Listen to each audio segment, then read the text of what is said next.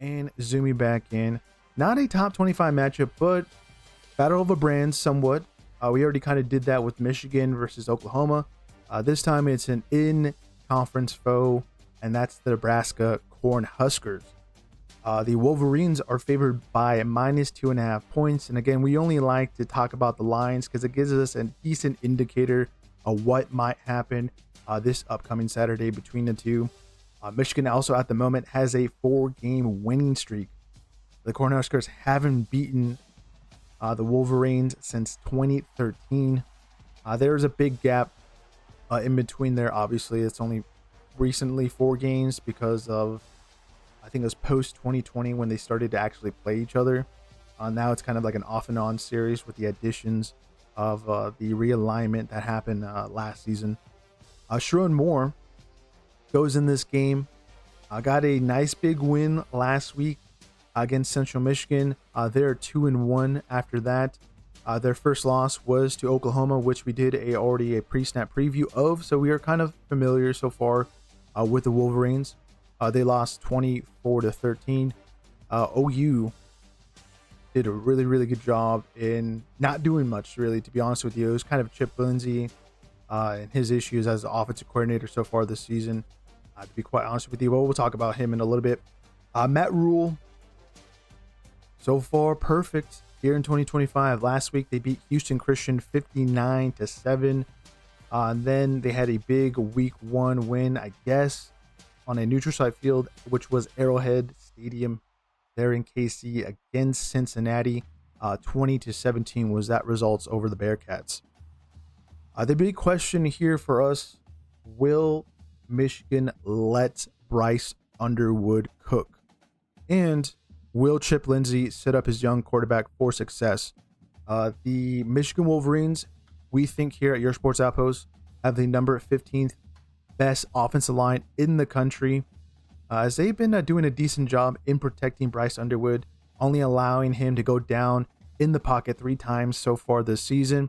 Underwood has also thrown only 1 interception. That is pretty impressive for a true freshman this many games deep so far into his early collegiate career.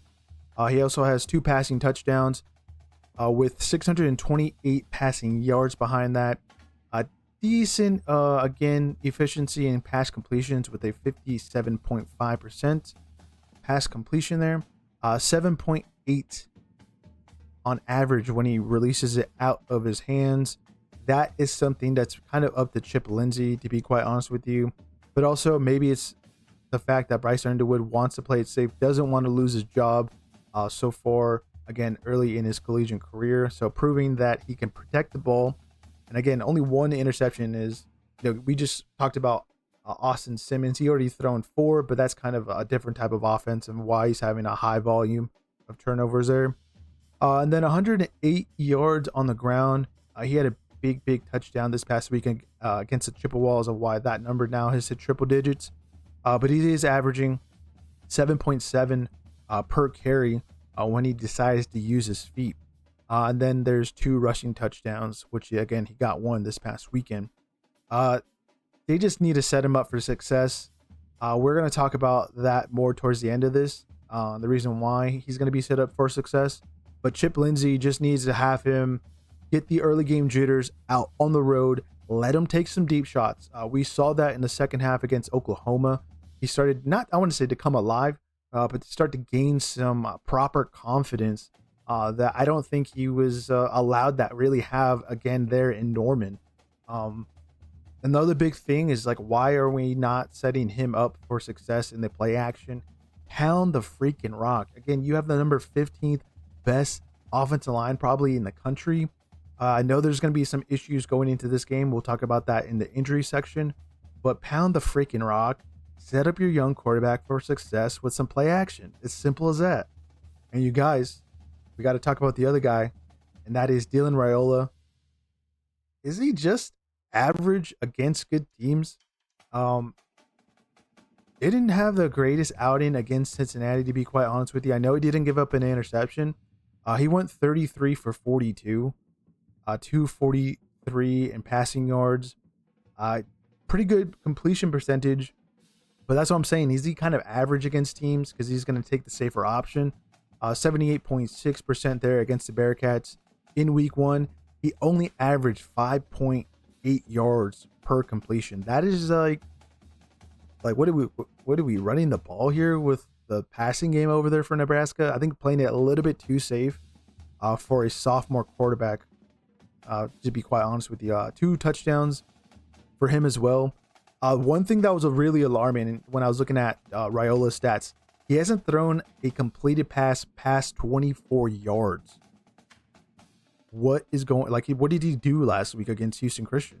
Unless maybe the stat line didn't register any of the longer throws that he attempted and completed, but 24 yards is the longest pass he has so far this season. Again, 3 sacks and then -1 rushing yards. So he's not a very mobile guy.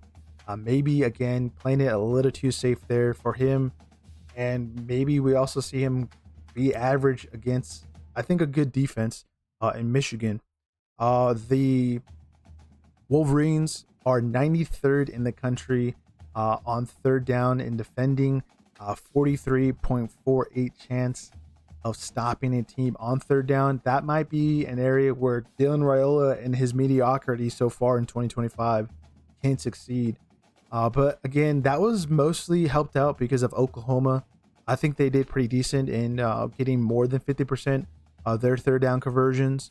The last couple of opponents, I think even New Mexico did pretty decently in stopping the Wolverines at times in their season opener at Ann Arbor. Jeez. This game will come down to each team's quarterbacks and the mistakes that they make, and especially running the ball efficiently. If neither side can do that, this is just going to be a low scoring affair, very boring game. That's kind of why I wanted to talk about it, because when I was going through this stuff, through the stats, I was like, man, this is going to be a boring game. Each OC is going to take their time in allowing their quarterback to, I guess, gain confidence, when really they just need to take some shots down the field, get the jitters out. And yeah, injuries. Left guard Giovanni El Hadi is questionable, and he has an undisclosed injury. We saw him go down when we did our watch along of Oklahoma hosting Michigan a couple weekends ago. Also on the IR, or at least questionable area, that is Brady Norton. They're starting right guard, so it looks like Fob, and then I think you pronounce it Ganara, the backup interior offensive linemen, are going to be stepping up if El Hadi and Norton are not available. Then Zeke Berry, he also picked up an injury, I believe, against Oklahoma, and that's also undisclosed as he's questionable going into the weekend. And then Rod Moore is another guy that's been kind of not in the lineup because of the early season injury that he's dealing with there from the safety position. And then for Nebraska and their injuries, Javin Wright, their key linebacker there, he's questionable going into this game. And then Nickelback Malcolm Hartzog Jr., also questionable, and it's undisclosed. Maybe that's an area where Michigan, if those guys are not 100%, they can exploit, and we'll have to see this upcoming weekend. We are going to go with the Wolverines by 6 points. And the reason why is Justice Haynes is going to be helping set up his very young quarterback in Bryce Underwood with big play action plays, and hopefully Chip Lindsey pulls, I don't really say ass a lot on the show, but pulls his head out of his ass and allows Bryce Underwood to cook. Again, we're going to go Michigan by 6 points. At the moment, it's -2.5 in favor of the Wolverines already on the road. As we zoom out.